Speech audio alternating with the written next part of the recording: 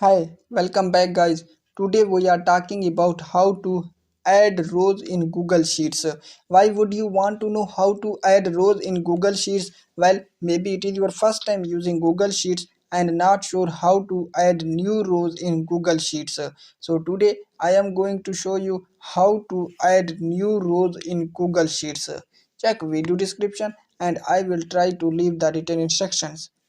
Adding rows in Google Sheets is quite simple and easy to do, and the process is same for iOS and Android devices. Let me show how you will add rows in Google Sheets.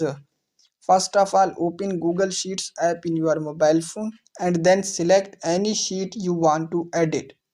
Now I will choose that sheets. Now here are few rows in my Google Sheets. Now I want to add new rows between 20 and 21.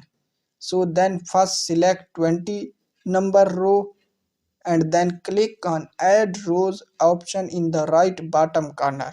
And now you can add new rows before and after row number 20 like this.